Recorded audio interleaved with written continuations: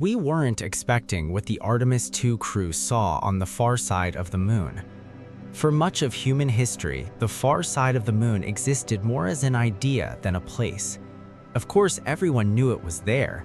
The moon is tidally locked and always shows the same face to Earth. Therefore, beyond that familiar disk, there had to be another hemisphere permanently hidden from human eyes. But because no one could see it directly, people unconsciously simplified it. The far side became the backside of the same object we already understood. The same craters, the same gray dust.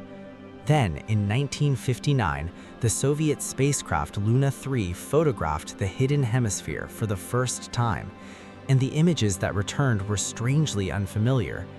The near side of the moon is covered in dark volcanic plains called Maria, enormous lava basins visible even from Earth. There were almost none on the far side. It looked brighter, more rugged, more chaotic, almost an entirely different world.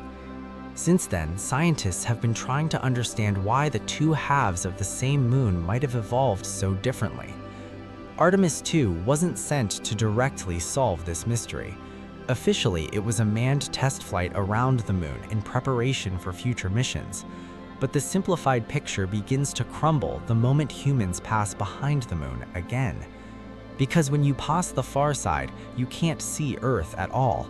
There's no blue glow, no constant radio contact. During the Apollo missions, astronauts described the darkening behind the moon as disturbing, but modern missions are equipped with far more sensitive instruments and a better understanding of something previous explorers only briefly experienced. The far side isn't just visually different. One of the strangest things about the far side of the moon is that it's extraordinarily quiet. Not figuratively quiet, electromagnetically silent. Earth constantly fills nearby space with radio noise from satellites, radar systems, navigation networks, military transmissions, and electrical interference leaking from the planet itself. Even far beyond Earth's atmosphere, traces of human activity remain detectable. But the moon is like a physical shield. When spacecraft pass behind it, most of this interference disappears almost instantly. Instruments on satellites detected such a clear environment that astronomers began debating the far side of the moon as one of the best locations in the solar system for future radio observatories searching for faint signals left over from the early universe. This completely changed the emotional image of the moon. The hidden hemisphere is not just another view, it is one of the rare places where Earth disappears, both visually and electronically. And as the noise subsided, it became easier to notice the deeper mysteries hiding beneath the surface. For a long time, scientists viewed the moon as a relatively simple world, shaped by ancient impacts, ancient volcanism, and a slow cooling process that eventually left it geologically quiet. But the more closely it was studied, the more that simple picture began to break apart. Measurements revealed that the far side is different not only in appearance, but deep beneath the surface as well. Its crust is significantly thicker than the side facing Earth, a difference that may help explain why the two hemispheres evolved so differently over billions of years. Yet every answer seemed to uncover another question. The more precise the measurements became, the clearer it was that the moon had never been as symmetrical as it appears from Earth. Instead, its history seems to have been shaped by processes that left lasting differences between the two halves of the same world. Artemis 2 also reinforced something previous missions had hinted at for decades. The moon only feels familiar when viewed from a distance. In reality, the environment is far harsher and more alien than most people imagine. Deep space radiation fluctuates with solar activity. Temperatures can shift dramatically between sunlight and shadow. Without an atmosphere, sunlight strikes the surface with a stark intensity, creating landscapes of extreme contrast. Even the dust behaves differently, clinging to equipment and surfaces in ways that can become a persistent challenge for explorers. And because there is almost no weather, water, or erosion to erase the past, the far side preserves an extraordinary record of ancient history.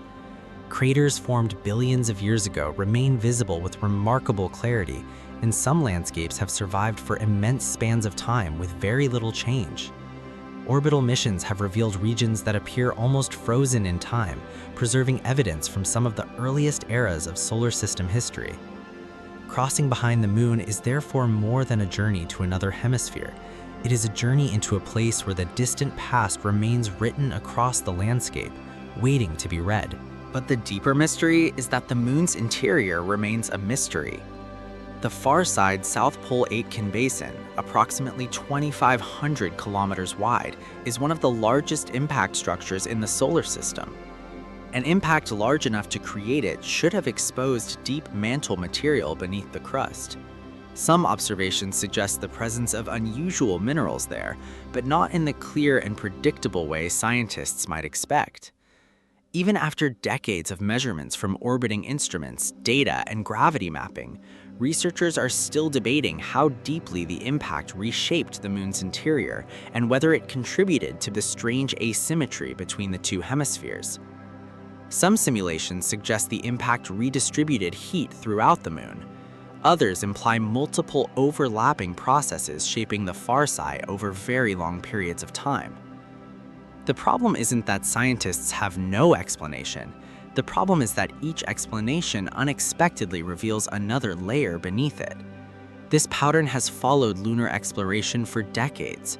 What once appeared as a simple cratered world gradually became volcanic, then asymmetrical, then gravitationally unstable, then thermally unstable. Each major mission revealed a moon more complex than previously imagined. Even after orbiters, probes, laser mapping, and decades of data, scientists still debate the details of the moon's internal structure with surprising uncertainty for an object so close to Earth. In a way, the more carefully we study the moon, the harder it becomes to simplify it. And that may be the most important thing these missions have revealed. The far side of the moon doesn't just challenge geology, it also challenges humanity's tendency to confuse familiarity with understanding. We see the moon constantly. All civilizations have used it to measure time. It hangs so often above cities, oceans, mountains, and deserts that it feels emotionally close to us, almost understood by default. Yet a single trip behind it is enough to realize how incomplete that feeling is. The hidden hemisphere was never hidden because the technology was impossible. The human mind was secretive because it naturally assumed that things unseen resembled things that were visible. Sometimes they did, sometimes they didn't.